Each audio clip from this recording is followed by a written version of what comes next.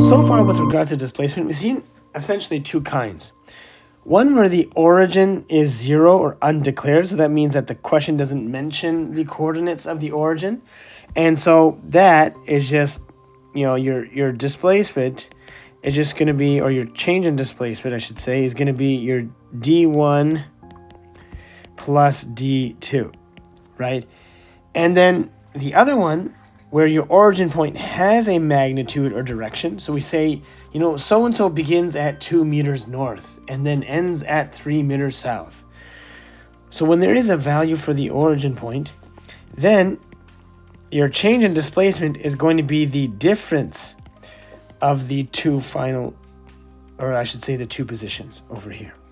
In all cases though, so I'm going to draw a connecting arrow here. In all cases, we require,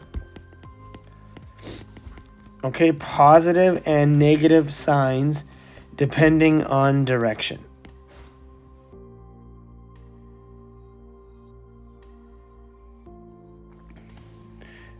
Now, what happens when the vectors are perpendicular? In math, perpendicular quantities, so we mean like x and y values, cannot be added or subtracted together. Instead, we're going to have to use Pythagorean theorem, the c squared equals a squared plus b squared, right, to calculate these vectors.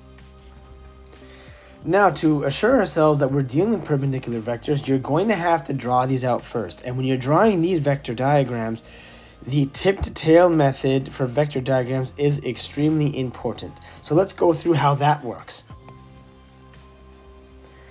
Now, the tip-to-tail method states that the tip of the first vector is attached to the tail of the second vector.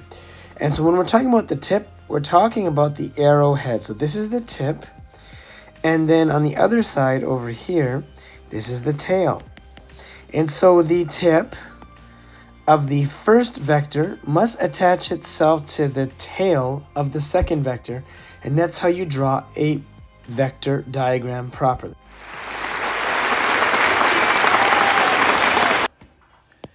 A car drives 3 meters east and then 4 meters north. Draw the vector diagram for this movement. So the first vector is the first one listed, which is here, the 3 meters east. This is the second vector, the 4 meters north. So what I do is I draw an arrow that points towards the east, and I label it 3 meters, signifying the first vector. I like to put the E inside the brackets just so that I keep reminding myself of the direction.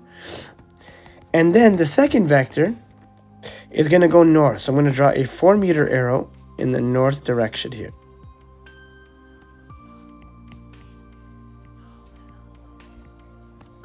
So once I have this, I'm going to shade the heads in yellow and the tails in green, because that's going to be important as to what I attach to what.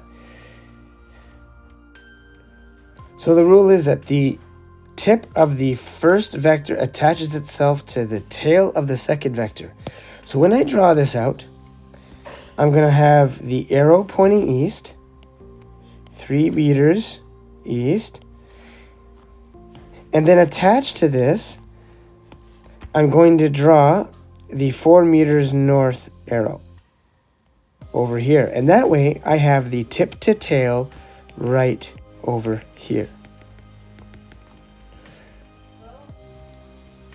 Now, if we wanted you to actually get the final displacement, remember that it's the distance from the origin point to the final point. So in this case, if this is the origin point and this is the final point, then our displacement would be the hypotenuse over here. And so this over here would be the final or resultant displacement.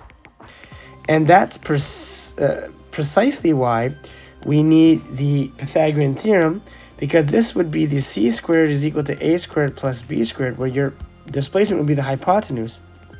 And that'd be equal to the root of a squared plus b squared over here. For a final example here, a hiker walks 10 kilometers south, I'll underline that part, and 5 kilometers west. What was the magnitude of the hiker's displacement? So magnitude is just another fancy word for value. Draw a vector diagram with your calculator. Okay, so the first vector is your 10 kilometers south. So here is the head, and then the green is the tail, and then the second vector, the yellow is the head here, and then the green is the tail. And remember, it's tip to tail. So the head of the first vector has to attach itself to the tail of the second vector. So here's my tip to tail vector diagram, and then of course the second part here is going to be to calculate the displacement. Now when we're going to do that, we're talking about this final line over here, or the resultant displacement, which would be the hypotenuse. So we're going to use our Pythagorean theorem in order to calculate this. So when we plug it into Pythagorean theorem, that's 5 squared plus 10 squared, and the root of that to remove the squared from the c would give us about 11.2 kilometers. And we won't worry about significant digits for now, especially since we gave digits here that are a little bit difficult to work with in the context of this problem.